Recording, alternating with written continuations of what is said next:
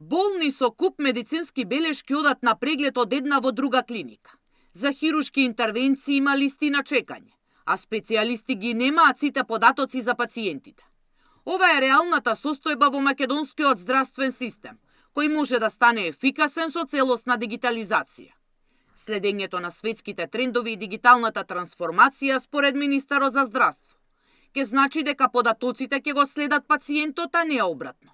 Една добра база за дигитализација, дигитална трансформација на здравството веќе постои кај нас, само треба да се надополни со други компоненти, елементи и да имаме здравствен систем кој што секој од нас папката за нашето здравствена картичка ќе имаме на наш мобилен телефон, а не да трчаме уште една со папки и со кеси, ако памтите порано нашите родители одеа и чека пред доктор.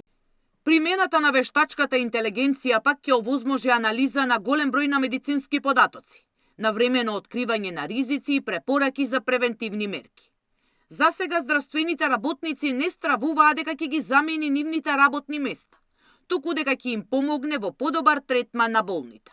Тие се алатки кои што подигнуваат интеракција помеѓу здравствениот систем и пациентот, и целта на тие алатки не е да се менува доктор со машина или со алгоритам, туку тие да бидат алатки кои што ќе помагаат и ќе носат здравствени услуги кои што ќе бидат во реално време, попрецизни и достапни од секоја точка. Идејата на медицината е да преку користењето на вештачката интелигенција се намали и грешката на лекарот меѓу другото и да се направи подобрување во имплементацијата на дијагностички протоколи, терапевски протоколи и така натака, така да сум за тоа меѓутоа со голема доза на внимавање и употреба на сите овие параметри.